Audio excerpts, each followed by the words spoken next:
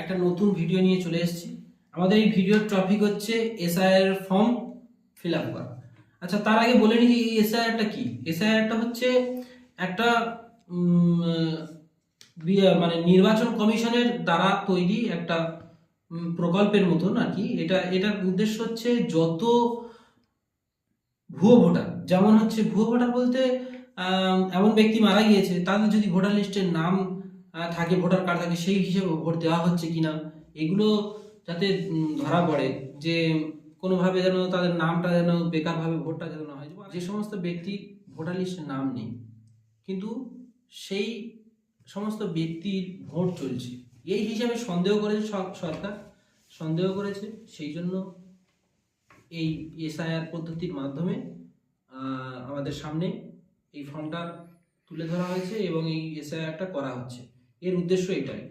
আর আমরা যত জনগণ আছি, আমরা যারা ভোট দিচ্ছি, আমরা অনেকে আতঙ্কে আছি যে কি হবে, ভোটার লিস্টের নাম বাদ দেবে, আমাদের এখানে পাঠিয়ে দেবে, কি হবে না হবে, এইরকম চিন্তায় অনেকে মানে ভুগছি আমরা। তাদেরকে বলছি কেউ কোনো চিন্তা করবে না, কারণ এতে কোনো ভয়ের কোনো কারণ নেই। এটা একটা স্বাভাবিক একটা মানে পদ্ধতি, মানে নির্বাচন কমিশন কিভাবে যে ভোটগুলো যেন না চুরি হয় তার জন্য এই ব্যবস্থাটা করেছে। তা আমরা ঠিকভাবে ফর্ম ফিল আপ করবো এবং চাইবো যে এই ফর্মটা যেন সঠিকভাবে ফিল আপ হয় এবং ভুল যাতে না করি আমরা। সেই জন্য আমরা এই ভিডিওর মাধ্যমে ফর্মটা কোথায় কি ফিল আপ করতে হবে সেগুলোকে জানিয়ে দেবো। আর আশা করি এরপরেও যত ফর্ম ফিল আপ আসবে, যেগুলো হবে, সেগুলো আপনাদের সামনে তুলে ধরবো। সেহেতু আমাদের সঙ্গে থাকতে হলে, মানে আমরা কি মানে ভিডিওগুলো দেব, সেগুলো থাকতে হলে, জানতে হলে আমাদের এই চ্যানেলটাকে সাবস্ক্রাইব করে রাখতে হবে এবং বেল আইকনটাকে বাজিয়ে দিতে হবে, যাতে নোটিফিকেশনগুলো। একটা উদ্দেশ্য হচ্ছে যে আরও কোনো মানুষ যাতে না ভয় পায়, তার জন্য আমাদের এই ভিডিওটাকে তাদের কাছে পৌঁছে দেওয়ার চেষ্টা করবে, যাতে সে ভিডিওটা দেখে কেমনভাবে ফর্মটা ফিল আপ হচ্ছে সেগুলো জানতে পারে এবং তাদের ভয় মুক্ত হতে পারে যেন। সেই জন্য সাবস্ক্রাইব করবে, চ্যানেলটাকে বেল আইকন বাজিয়ে দেবে এবং শেয়ার করবে বন্ধুদের কাছে। সমস্ত বন্ধুকে শেয়ার করো যাতে এই ভিডিওটা সবার কাছে পৌঁছে যায়। একটা ফর্ম, এই ফর্মটা পুরো ফাঁকা আছে, এটাকে আমরা কোথায় কিভাবে ফিল আপ করতে হবে সেটা আমরা পুরো ডিটেলস আগে আলোচনা করব, বলবো, তারপরে আমরা এটা একটা ফিল আপ করে আপনাদেরকে দেখাবো। এই ফর্মটা এখানে উপরে যে ব্যক্তির নামে এসছে তার পুরো ডিটেলস থাকে, তার ক্রমিক নাম্বার এখানে থাকে, সেটার একটা কিউআর কোড থাকে এবং তার ছবি, এবং এখানটায় একটা বর্তমান ফটো এখানে বসাতে হবে, তার জন্য এই ঘরটা ফাঁকা আছে। ফর্মের প্রথম যেগুলো ফিল আপ করতে হবে, এখানে হচ্ছে জন্ম তারিখ, তারিখটা আগে লিখতে হবে, তারপরে মাস, তারপরে বছর, এই জায়গাটাই, এই ফাঁকা ঘরটাতে লিখতে হবে। তারপরে এখানে আধার কার্ড নাম্বার লিখতে হবে, যদি ইচ্ছা থাকে, মানে ঐচ্ছিকভাবে লেখা আছে এখানে, তার মানে আধার কার্ড লিখতে পারো আর না লিখতে পারো, অসুবিধা নেই। এখানে একটা নাম্বার দিতে হবে, যে নাম্বারটা সবসময় ব্যবহার হচ্ছে আর কি, যাতে ফোন করলে পাওয়া যাবে, সেই নাম্বারটা এখানে দিতে হবে। তারপরে পিতা বা অভিভাবকের নাম, যে তার পিতা, এই যে যার ফর্মটা ফিল হচ্ছে তার ঘরটা এইটা, এখানে তার পিতার নাম লিখতে হবে।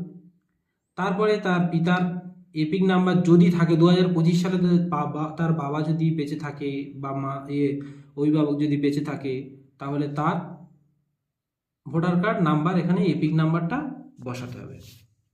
তারপরে অপশন আছে মায়ের নাম দিতে হবে। মায়ের এপিক নাম্বার যদি বর্তমান 2025 সালে থাকে তাহলে সেই এপিক নাম্বারটা তবে লিখতে হবে। তারপরে আছে স্ত্রীর নাম, যদি তার স্ত্রী থেকে থাকে তাহলে তার স্ত্রীর নাম দিতে হবে এবং এখানে স্ত্রীর এপিক নাম্বারটা দিতে হবে। এই সেশনটা পুরো পূরণ হয়ে গেল, এইগুলো এখানে ফিল আপ করতে হবে। তারপরে আমাদের এখানে দুটো সেশন আছে, একটা 2002 সালে যাদের ভোট দিয়েছে, ভোটার তালিকায় যাদের নাম আছে তাদের এই ঘরটা, আর যাদের নেই, তার আত্মীয়ের আছে, তাদের এই ঘরটা। তাহলে এই ঘরগুলো কি লিখতে হবে, এখানে নির্বাচকের নাম, মানে যে ভোটটা দিয়েছে 2002 সালে, তার নাম হবে, তার এপিক নাম্বার হবে, তার আত্মীয়ের নাম, মানে তার বাবা বা সম্পর্কে কে আছে সেইটা, তার জায়গাটার অভিভাবকের নামটা এখানে দিতে হবে। এবং এই অভিভাবকের সঙ্গে যে 2002 সালে ভোট দিয়েছে তার সম্পর্ক কি সেটা এখানে দিতে হবে সম্পর্কের জায়গায়। তারপরে জেলা, তারপরে জেলার তারপরে এখানে জেলা আছে, এখানে রাজ্যের নাম আছে, তারপর বিধানসভা ক্ষেত্রের নাম, তারপরে এই ছকে আছে বিধানসভা ক্ষেত্রের নম্বর। আচ্ছা, বিধানসভার ক্ষেত্রের নম্বরটা আমরা লক্ষ্য করাবো, এইরকম 2002 সালের ভোটার লিস্টটা আছে, এখানে ওপরে এই যে বিধানসভা আছে তার পাশেই লেখা আছে 124। এরকম প্রত্যেকের 2002 সাল বলো 2003 সালে বলো যে জায়গাটা আছে মানে তালিকাটা আছে তার এখানে লেখা থাকবে বিধানসভার ক্ষেত্রের নম্বর। তাহলে এখানে বিধানসভা ক্ষেত্রের নম্বরটা বসলো। অংশ নম্বর, অংশ নম্বরটা হচ্ছে লিস্টের ডান দিকের কোণে এখানে অংশ নম্বর বলে লেখা আছে, এই নম্বরটা এখানে বসবে। আচ্ছা, তারপরে এখানে বলছে ক্রমিক সংখ্যা। ক্রমিক সংখ্যা বলতে আমাদের ভোটার লিস্টের একটা সিরিয়াল থাকে, সেই সিরিয়ালটাকে এখানে বসাতে হবে। 2002 সালের সিরিয়ালটা হচ্ছে এই ক্রমিক সংখ্যা, এই এখান থেকে যার যেটা হবে সেই সংখ্যাটা এখানে বসাবে।